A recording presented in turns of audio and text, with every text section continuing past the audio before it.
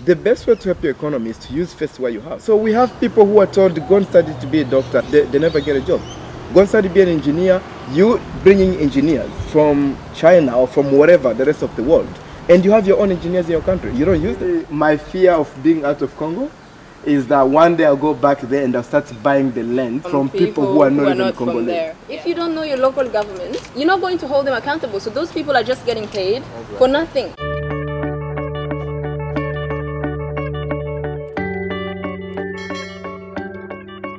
Welcome back to Congo Talks 243, guys. As we said, we have Eric here with us. Just to carry on from where we started, Eric, I want to talk about the earnings from these resources. I think you've mentioned that in case of Australia, the mining companies have to pay for registration, for license, for example, mining license.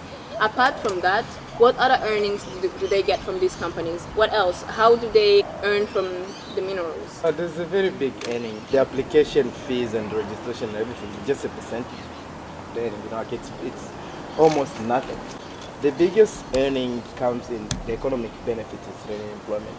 Okay, so employment is one of the big things. The big thing because those projects hire hundreds of people at the start, and then to reduce the numbers, of course, on how many operators that they need and this. So these people are paying tax, So and we know that tax income is a big income in a country. So if you think, say, for example, the average earning for someone in mining can be like, anywhere around 3,000, 4,000 a week. But those people are paying tax. Say, for example, the tax can be 30%. So if you're looking at someone who's earning 4,000 per week, the tax of 30%, that's 1,200, 1,200. And then if you do that 10 people in a week, and for 1 year, and this project goes on for years and years. So that's one income. And then you look at the other part of income is these companies pay tax. And this is another difference between the Western world and our country. One interesting thing, recently I don't know if I was registering for online banking for one of the banks, and they were asking me, what is your tax residence, for example? And I'm not a resident here in Australia, so I couldn't provide an Australian tax file number. Mm-hmm. So what I noticed though is Congo is actually not listed on the countries that have tax identification numbers, Yeah. And so in Congo's case, for example, do they also apply these kind of laws? Like, what do they get out of these mining companies? How do you think they accrue earnings from what Congo has, for example? How does the country earn from that? I wouldn't really, that's not an area that I'll be knowledgeable in. Mm-hmm. But from what I know is, and looking at all other infrastructures and big projects in our country, and I would be honest, it's probably one of the things that make us poor. Every country has to find a way of generating income, and many of our big projects in our country is that many people come and buy. So again, if you can see, I'm insisting on that part of many of the projects that are done in our countries, they buy. Mm-hmm. Many of our investors, they come there, they buy, and then they manage. So there is no any other rule of the law that they follow after that of saying we need to even report environmental effects, impact. Well, even if they do that, but there is no any regulations or government rules that they have to follow, like in these countries where they be penalized for not following it. Mm-hmm. Okay, so say for example in Australia, every mining they still have to report on how much income that they made. Okay, so they pay tax on that money of what they generated in here. There is all these bodies that are going to follow up. Okay, they paid the right superannuation to those people. They paid the rights to those people. They paid everything that they were entitled to pay. Mm-hmm. But many of these investors come to our countries, and they basically all they have to do is they just they have to make sure that they prove that they actually bought the place, and that's all. So we don't even know how much those countries make in our country, those companies make in our country. Mm-hmm. Okay, so how are we going to tax them? I remember on the point of tax file number, my mom writes now, the job is finishing, and they're saying she told me the place I'm working for now is actually being taken over by the government, but I can't get paid because I don't have my numero to kill. So how do you get it? Okay. So these companies are coming. Many of them, they are doing, they must be doing the right thing by following up the procedure of buying. But we don't have reports in our country, so we can't tax them because we don't even know how much that they're making. So then what do? They just give a gift to the government after mining? Well, there is a potential, but at the same time, They come in, they bring their own people. Like, okay, they can say the ground staff are going to be people from here, but all the senior management is theirs. Okay, so there's really no reporting, and then they work out their channel of exporting all their mines, where we basically don't even know how many tons that they're making per year. Okay, so we have to go and research this information again on Google because our country can't provide it to us. I feel like sometimes, for me at least what I think, I feel like we get stuck on the idea that, okay, these countries are stealing our thing, but when I evaluate it, I feel like as much as there is that, there is also a side where we're not strategic enough.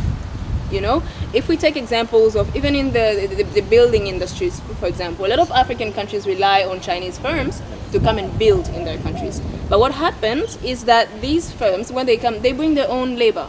Okay, so there is no type of education that is going on from the Chinese population to the African population, which means that we will eternally depend on them to develop our buildings and things like that. And the talents that we have within our African countries are not really valued. Just in terms of economics in general, what do you wish African countries can do better in terms of resource management and in terms of developing the countries as well? Because I feel like most of them rely on loans. Okay, we are the most resource abundant continent on the earth, but people are developing the countries via loans. So what is happening, and what is one thing that you think you can recommend to African governments or African countries? One of my first point that I would say would be first the openness. Okay, so we have to have an open procedure for everything. The biggest thing is so much power is vested on the president. Now, this is one person.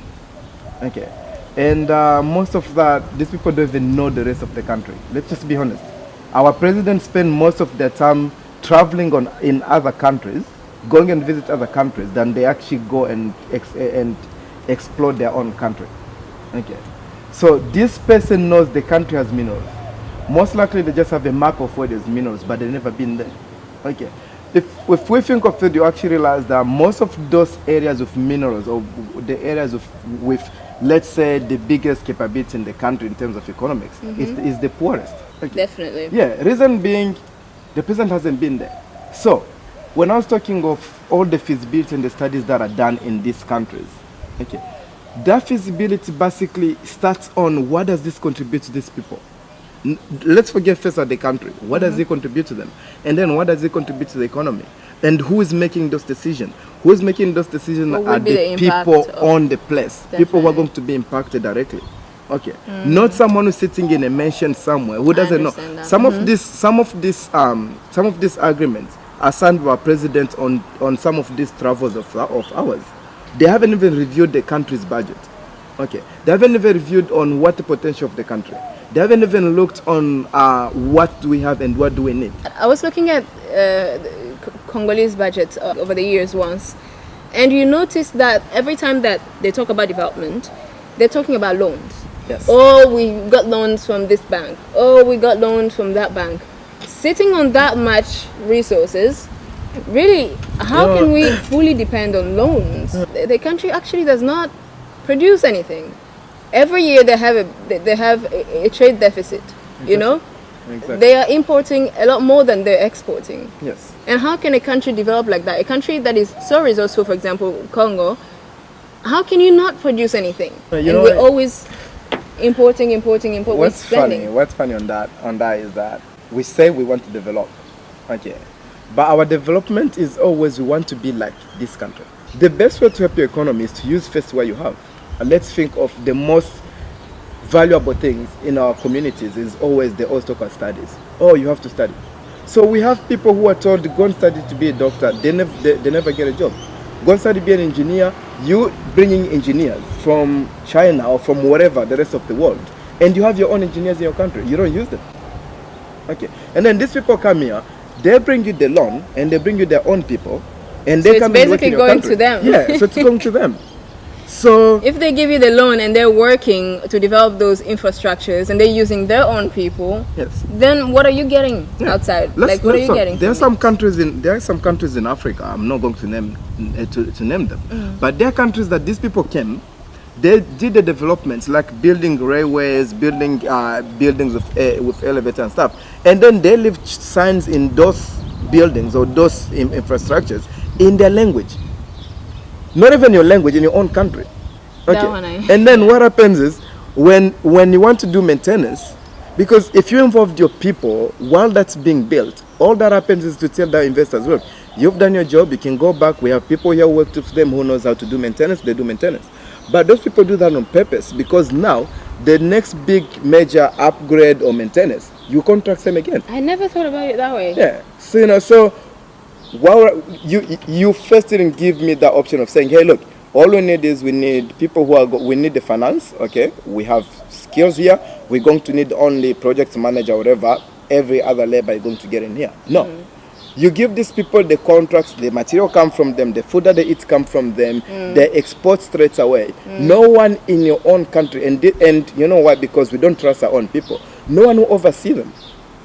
Okay, so we actually get people who come and develop an area, we don't know who they are. So we don't know whether they did the job well. Okay, and this is again where the centralized system is not good for us because our country is too big. Let's think of it. It's too big.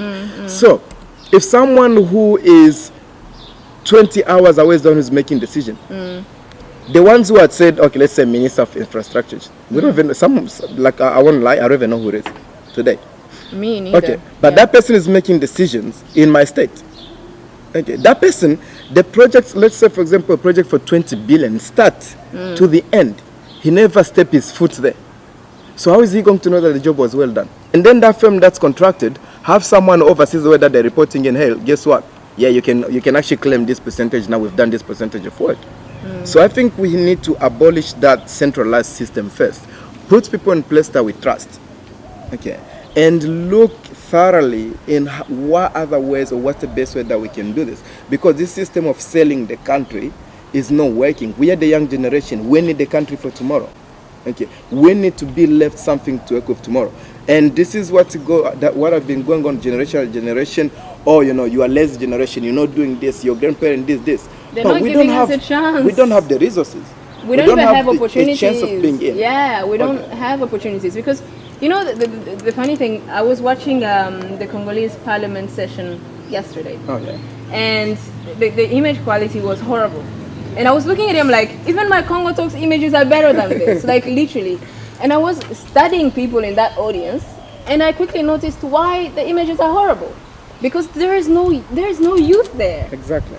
There is no youth there. And I feel like even the national television, like for crying out loud, like the national television, the image was like, I don't know those cameras, I don't know when they bought them. If it's in the 80s, in the 90s.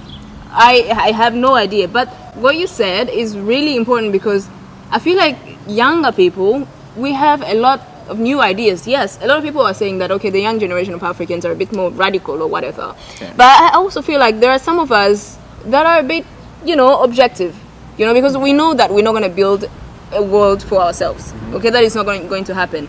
We need to play the same game. But people like yourself, people like a lot of young people, young bright people can really bring good contributions to how countries are run, but I feel like a lot of the times they're not provided those kind of opportunities. Most people who are making the decision don't have even the benefit in the future anyway.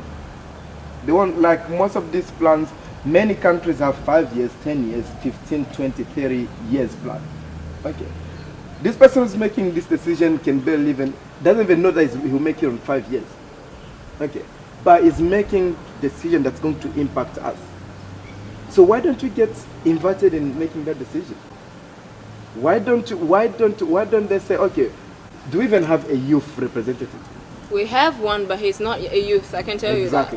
Exactly. This person, okay, is telling you that me when I was your age, that's what I should have done. When you were my age, 50 years ago. Do you even remember what it felt like to be my age? And even if you do remember, the time where you were my age is not the same time as now. So I think we are the future. Yeah. We are the future. We need to be involved in decision that surrounds us. My fear of being out of Congo is that one day I'll go back there and I'll start buying the land from people who are not even Congolese. there. Leave it to the youth, is my word. Let's abolish this centralized system and let the people who are in place Have a do say. their job. Okay. Definitely. If we nominated a minister for education, it's because we know that person can make a decision. We don't need the president to come and step in and override that decision. If you have minister for infrastructures, let them do their job, and everyone should be held accountable if they do wrong. And I feel like as well as that, we also have to promote this idea of knowing who are the local leaders, you know? Yes. Because I feel like in Congo we know who the president is, but we don't know, sometimes we don't know who the prime minister is. Sometimes we don't know who our province's governor is, you know? So when something goes wrong in a province, we want to run to Kinshasa and say like, oh, he's not doing that. That country is not tiny. Yeah. If you don't know your local government, you're not going to hold them accountable. So those people are just getting paid for nothing. Exactly. You know, I feel like promoting that knowledge of knowing who is responsible, how much do they get to develop this part of the country, and what have they done. Exactly. You know, that is also one of the things that we can say. But I have one more question, and just to end this session up, because we don't want to drag it. So if you had to send one strong message to African governments, for example, in general, what will you ask them to do? Just one thing. If I had to ask for one thing, it Yes. will be, let the youth take the lead. It's a new generation, all right? We're in a new era, and this era belongs to youth, all right? Let us change. You've told us education is the key, and we've gotten the education, so let us be the leaders. And I feel like I've learned a lot today. So on my part, from what I've learned from you, I would say stop selling our land. We do not want nobody to own our land. And we're planning to have children, all of us. If we ourselves, by the time we're 50, we don't have land, our kids are not going to have any. So please, don't sell our land. Rent it, lease it, like he said. But stop, for goodness We sake. fought the fight for freedom. Yes. We don't want to fight again twice. Honestly, Okay, like so- all people, Patrice Lumumba and them, they died for this thing. So please, for goodness sake, stop selling our land. Anyway, thank you so much for tuning in and for amazing knowledge that you've given to us, I'm sure. And we definitely enjoyed having you over. And if you have anything, do you have any ending words to say? Maybe My something you want to pleasure. promote, No, what you do? thank you for hosting me. Yeah. And I really look forward, and I hope this message reaches others. And anyone who have contribution and anyone who is on the field, let's keep the conversation moving. Let's keep pushing. We are the future, and we are tomorrow. Thank you. Amen. Thank you so much for tuning in. Eric, thank you so much. And thank you so much to you viewers for also tuning in. And we will see you guys very soon.